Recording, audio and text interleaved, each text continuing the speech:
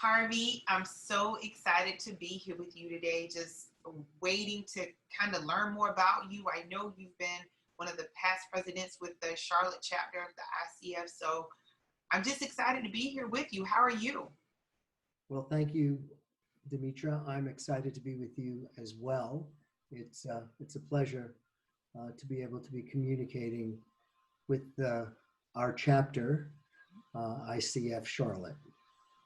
Awesome, awesome. Now, I see you as a wealth of knowledge, Harvey, and I'm so excited to be doing this interview with you. I get the opportunity to learn so much about you, to get some insight on your coaching journey. So without further ado, if you don't mind, I'm just going to jump right in if that's okay. Please do, Demetra. Okay. What, if any, barriers did you experience when you first started? And I say that because coaching wasn't always considered a quote unquote profession, if that makes sense. So it was 2002 when I was trying to figure out what I wanted to be when I grew up. And I'd always wished that I had someone that I was able to talk to who wouldn't be judging me. In my previous life, I had the opportunity of running the largest division of the largest textile converter in the country. And it was always interesting to me that everyone would walk into the big room, we would call it, and they would know exactly what to do. And felt as if I was the only person who wasn't totally sure. And then, of course, I made the transition from that experience, and I decided in 2002 to go back to school. And UNCC had a business coaching program, and I became a certified business coach. So interesting. There were very few of us in the country at the time, Right. and even less here in Charlotte, North Carolina. So when I would go out in the world and I'd go to networking meetings and I'd meet with other business owners and I'd say that I was a business coach, they would invariably say, soccer? Basketball? And so we had the unique opportunity in those days of really explaining to people what a business coach, what an executive coach is, and how they could be of service. Wow. It's interesting that you shared that you had to really explain it. So that leads me to my next question. So after you did all the explaining and you picked up a client, right? What was the first great impact that you made in your new coaching profession that made you say, I got it, this is the profession for me? It was so interesting. We learned in school that the power of a coach is based on curiosity, asking good questions. And it's not about the coach being the content expert, but rather it's about the coach helping create this exploration of awareness for our clients. And as I would sit on the other side of the table and be curious about fellow business people and ask them and listen to them at a very deep level and say, so what does that mean to you? And how would you define success? And what would the next steps that you might take based on understanding your strengths and your challenge? It was always fascinating to me that there was movement on the part of the client to a new place of discovery. I knew it was valuable. I was very lucky as a younger executive in business, while there weren't any coaches in those days, I did seek out a therapist, and I worked in New York City where I lived originally with a therapist who was really more like my coach.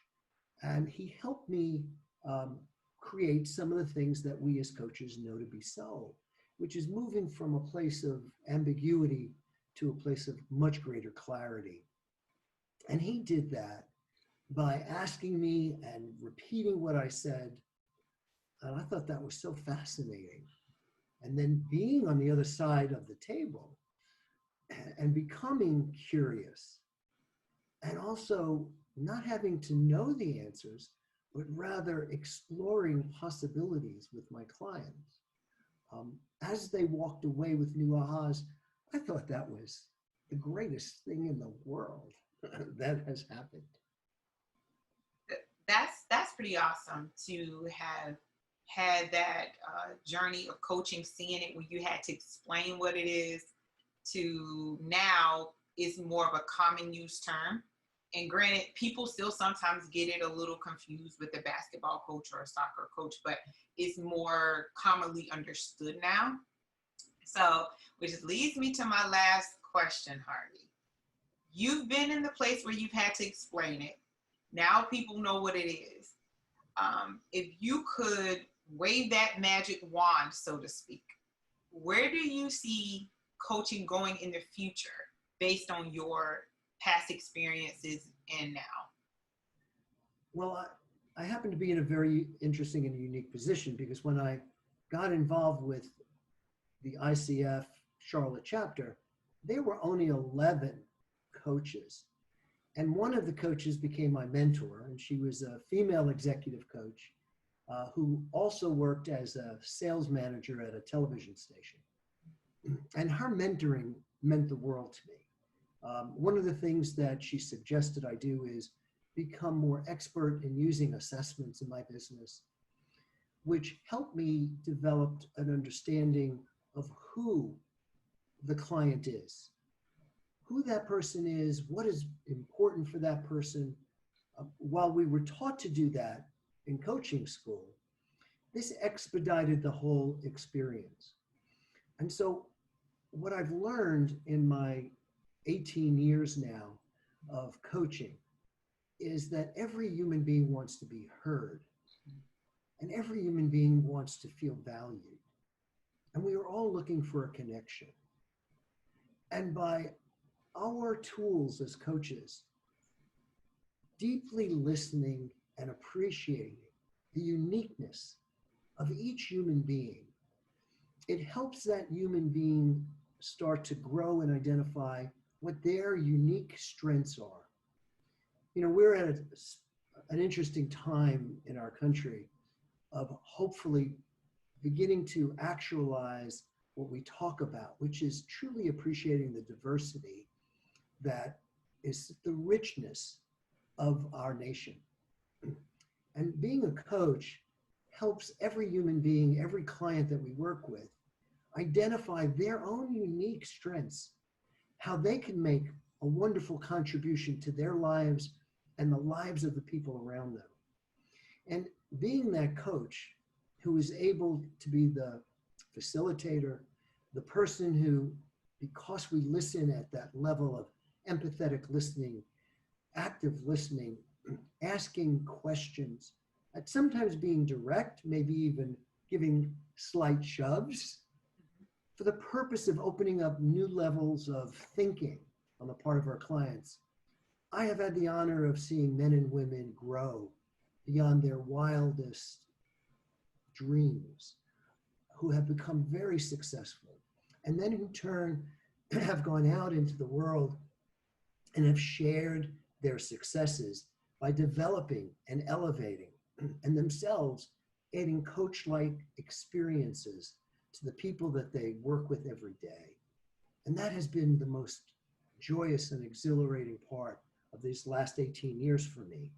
It is seeing other people exponentially help grow our profession and help grow the coach-like experience for leaders and executives, not telling people what to do, but rather collaborating with people, identifying that which is the unique opportunity for each person to make a contribution in their businesses and also in their homes, identifying the differences in their family with their children, of the unique strengths that each one brings that's so different, and appreciating that each child and each human being is going to be so different.